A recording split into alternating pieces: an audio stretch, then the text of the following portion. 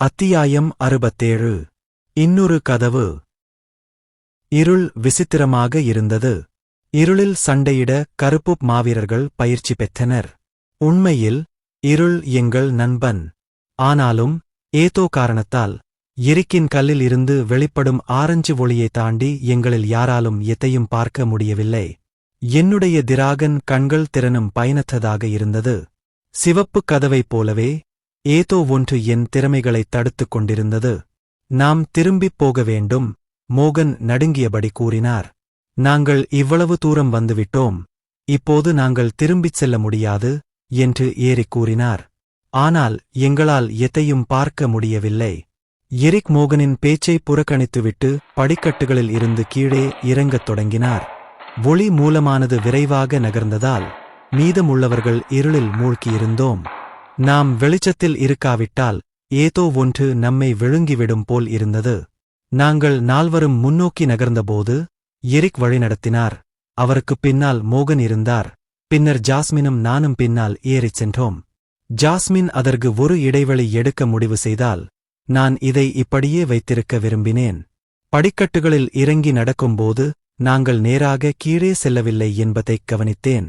படிக்கட்டுகள் சுழல் வடிவத்தில் கீழ்நோக்கிச் சென்று எங்கள் வலதுபுறம் சுவரைக் கொண்டிருந்தன. பல படிக்கட்டுகள் உடைந்திருந்ததாலும் படிக்கட்டுகள் எவ்வளவு தூரம் சென்றன என்பது எங்களுக்குத் தெரியாததாலும் நாங்கள் எச்சரிக்கையுடன் கீழே இறங்கினோம். கடைசியில் 10 நிமிடங்கள் கடந்த பிறகு நாங்கள் கீழே வந்து சேர்ந்தோம். படிக்கட்டுகள் ஒரு வட்ட வடிவ அறைக்கு இட்டுச் சென்றன. வட்ட வடிவ அறையைச் சுற்றி நடந்தோம். ஒரு பெரிய இரும்புக் கதவைக் கண்டோம். வேறு ஏதாவது இருக்கிறதா என்று தொடர்ந்து பார்த்தோம்.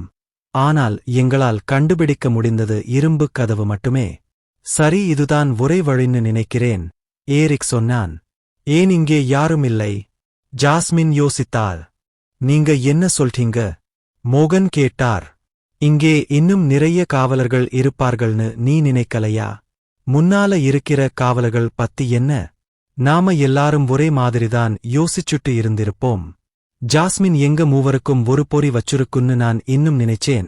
அதனாலதான் அவங்க காவலர்களா இல்ல. ஆனா இப்போ அவ கூட அதை கேள்வி கேக்குறா. ஏரிக் அவளை புறக்கணிக்க முடிவு செய்து இரும்புக் கதவை தள்ளித் திறந்தான்.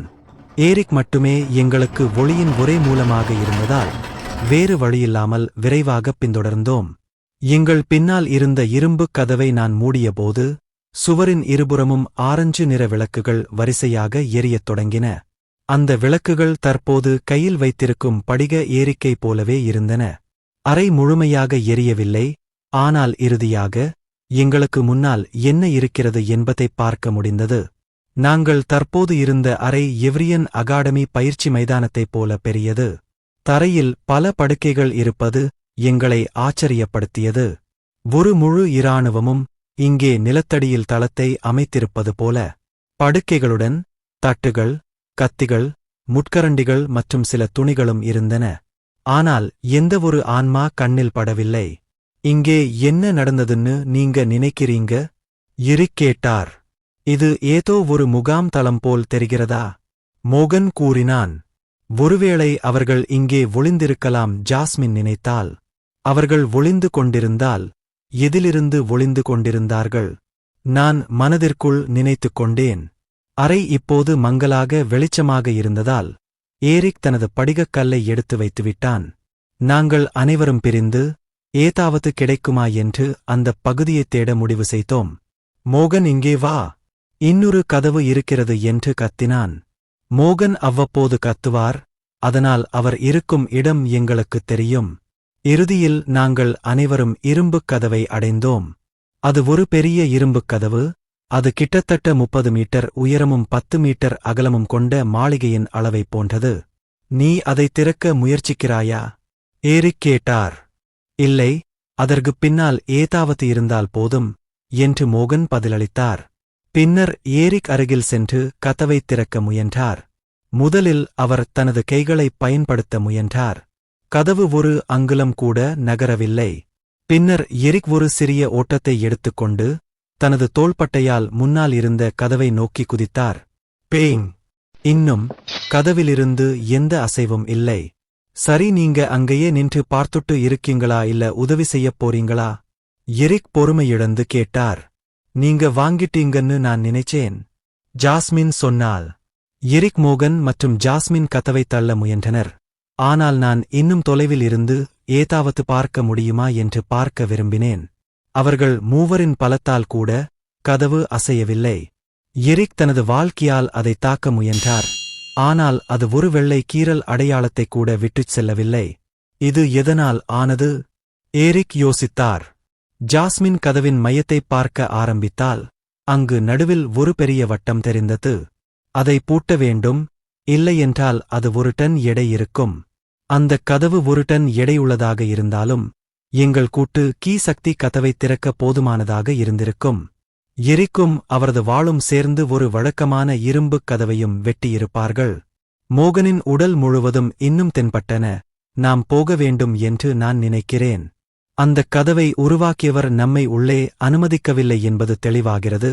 அல்லது அவர்கள் வெளியே வர விரும்பாத ஒன்றை உள்ளே வைத்திருப்பது. நாங்க போக முடியாது.